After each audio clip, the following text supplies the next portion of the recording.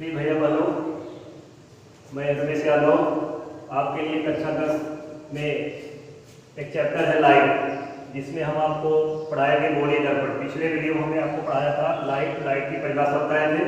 अब इस वीडियो में आपको बताएंगे गोलीय दर्पण क्या है। गोलीय दर्पण की परिभाषा सुनेंगे, ध्यान को समझेंगे, आपको समझ में आएगा। देखिए, कांच का खोखला गोला आपके सामने दिखाई दे रहा है।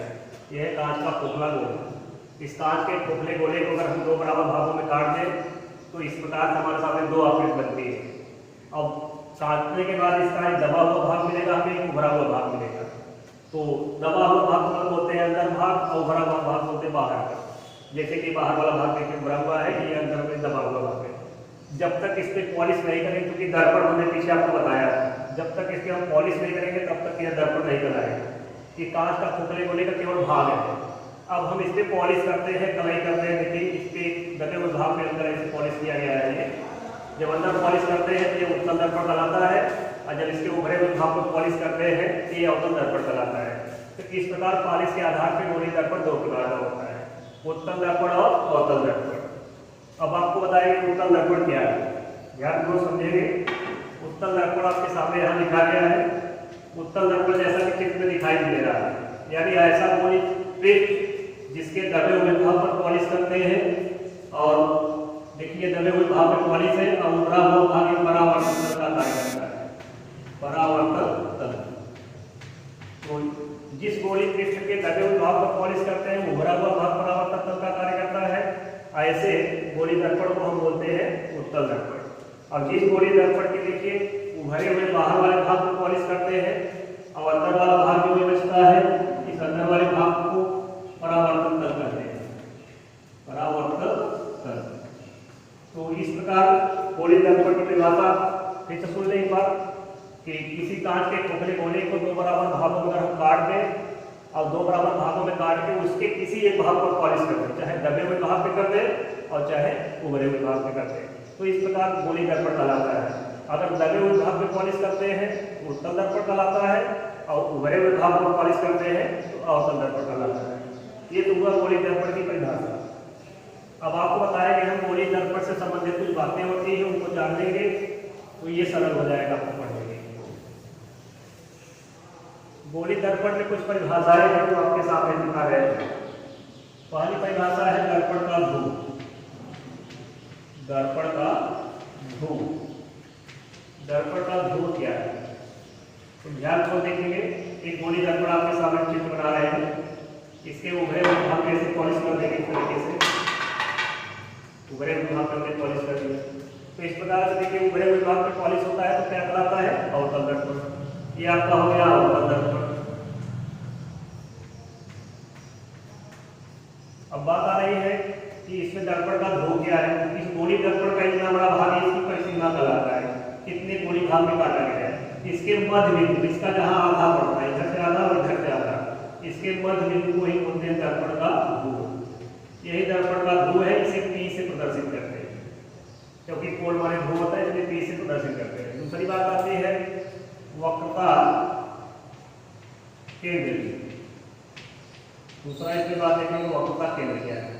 तो देखिए, इस कांच के खोखले गोले को जो हम काटे थे, कांच के खोखले गोले को, तो उसका एक केंद्र था बीच में। उसी केंद्र में जब इसे हम काटे थे दो भागों में, क्योंकि इस तरीके से दो भागों में काटेंगे तो यहाँ केंद्र तो वही रहेगा। तो जिस कांच के खोखले गोले को काट के गोलीय दर्पण बनाया गया है, उसके केंद्र को ही बोलते हैं वक्रता केंद्र। इसे C से प्रदर्शित करते हैं वक्रता केंद्र। तो देखिए वक्रता के लिए C है, इसी को वक्रता केंद्र कहते हैं। यहाँ लिख दे रहे हैं वक्रता केंद्र। और वक्रता त्रिज्या, तीसरी हेडिंग है वक्रता त्रिज्या। तो वक्रता केंद्र से ध्रुव के बीच की दूरी को, यहाँ से जो वक्रता केंद्र जहाँ है, यहाँ से ध्रुव के बीच की सरल रेखा की दूरी को, इसी सरल रेखा की दूरी को वक्रता त्रिज्या कहते हैं। वक्रता त्रिज्या किताबों में आपके लिखा भी गया है, आप देखते रहेंगे तो समझ में आएगा। तो देखिए वक्रता त्रिज्या को हम R से प्रदर्शित करते हैं। वक्रता त्रिज्या को हम R से प्रदर्शित करते हैं। और वक्रता त्रिज्या के बाद बात आती है फोकस। फोकस से पहले की हेडिंग हम देखेंगे मुख्य अक्ष। मुख्य अक्ष क्या है, जो कि आपके सामने तीसरी हेडिंग है मुख्य अक्ष। वक्रता केंद्र सी और ध्रुव पी जो आपको दिखाया जा रहा है चित्र में, वक्रता केंद्र सी और ध्रुव पी से होकर जाने वाली सरल रेखा, इस लंबी सरल रेखा को ही बोलते हैं मुख्य अक्ष। इसे मुख्य अक्ष इसलिए कहते हैं कि सारी दर्पण की क्रियाएं इसी अक्ष पर होती है, इसीलिए इसे मुख्य अक्ष कहते हैं। अब बात आती है फोकस। अगली इसकी परिभाषा इसमें है दर्पण में फोकस।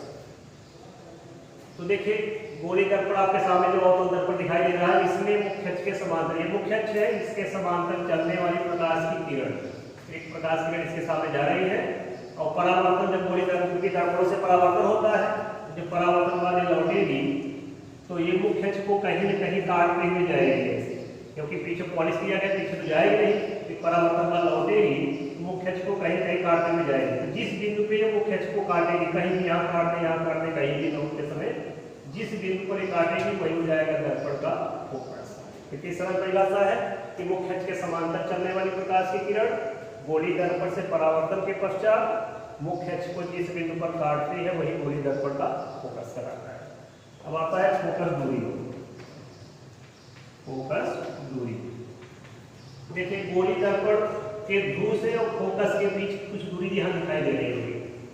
फोकस एफ और ध्रुव पी के बीच की दूरी को फोकस दूरी कहते हैं, इसे स्मॉल एफ से प्रदर्शित करते हैं। बहुत छोटी परिभाषा है कि फोकस एफ और ध्रुव पी इसके बीच की जितनी दूरी पड़ती है सरल रेखीय दूरी, इसी को कहते हैं फोकस दूरी। अगला बात आता है फोकस तल। फोकस तल यानी कहने का मतलब है कि गोली दर्पण के दो तल है, एक सामने का तल है, एक पॉलिश किए पीछे का तल है।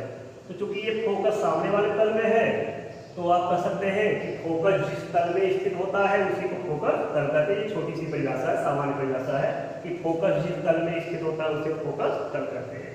ये तो हुआ आपका गोली दर्पण, उससे संबंधित परिभाषाएं आपको दिखाई दिया।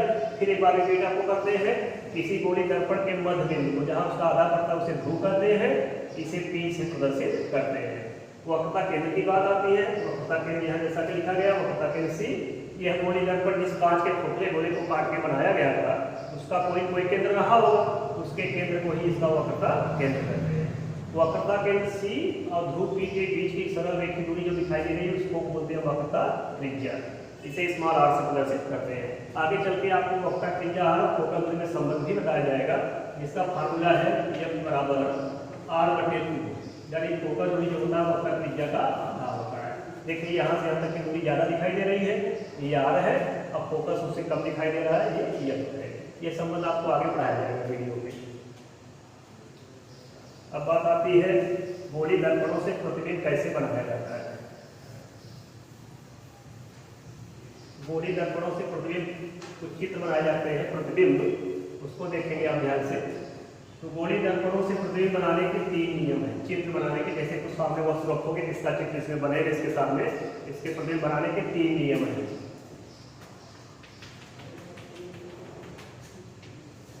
देखिए ये ध्रुव पी हो गया, आपने पॉलिश किया, अवतल दर्पण हो गया। तो इसके प्रतिबिंब बनाने का पहला नियम है कि मुख्य अक्ष के समांतर चलने वाली प्रकाश की किरणें, जो मुख्य अक्ष के समांतर प्रकाश की किरण चलेगी वो परावर्तन के पश्चात, देखिए ये अपने फोकस है, परावर्तन के पश्चात वो फोकस से होकर जाएगी।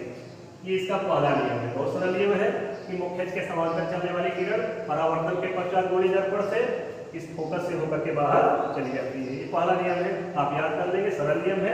दूसरा नियम इसका है, सामने छोटा सा चित्र में आपको दिखा रहे हैं दूसरा नियम, ये भी इससे भी सरल है। दूसरा नियम देखिए, दूसरा नियम इसका है, आप धीरे धीरे परिभाषा लिखते रहेंगे, बोल रहे हैं आपको किताब में दिया भी है, बच्चे आप देख सकते हैं उसमें।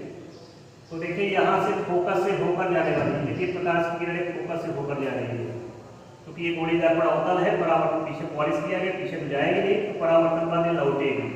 लौटने के बाद देखिए मुख्य अक्ष के समांतर हो जाती है, यानी जब इसी चित्र का अपोजिट है, यहाँ पे मुख्य अक्ष के समांतर चलने वाली किरण गोली दर्पण से परावर्तन के पश्चात फोकस से होकर जाती है। और दूसरे चित्र में क्या देख रहे हैं कि यहाँ फोकस से होकर जाने वाली प्रकाश की किरण, देखिए एरो से दिखाई दे रहा है कि फोकस से होकर जाने वाली प्रकाश की किरण गोली दर्पण से परावर्तन के पश्चात मुख्य अक्ष के समांतर हो जाती है। ये दूसरा नियम हो गया। आप धीरे धीरे इसकी परिभाषा नोट भी करते रहेंगे, तो आप वीडियो को रोक करके भी बीच में इसकी परिभाषा नोट कर सकते हैं। तीसरा इसका परिभाषा है जो इससे भी सरल है, इन दोनों से भी सरल दिखाई देगा। इसका तीसरा नियम है प्रतिबिंब बनाने का।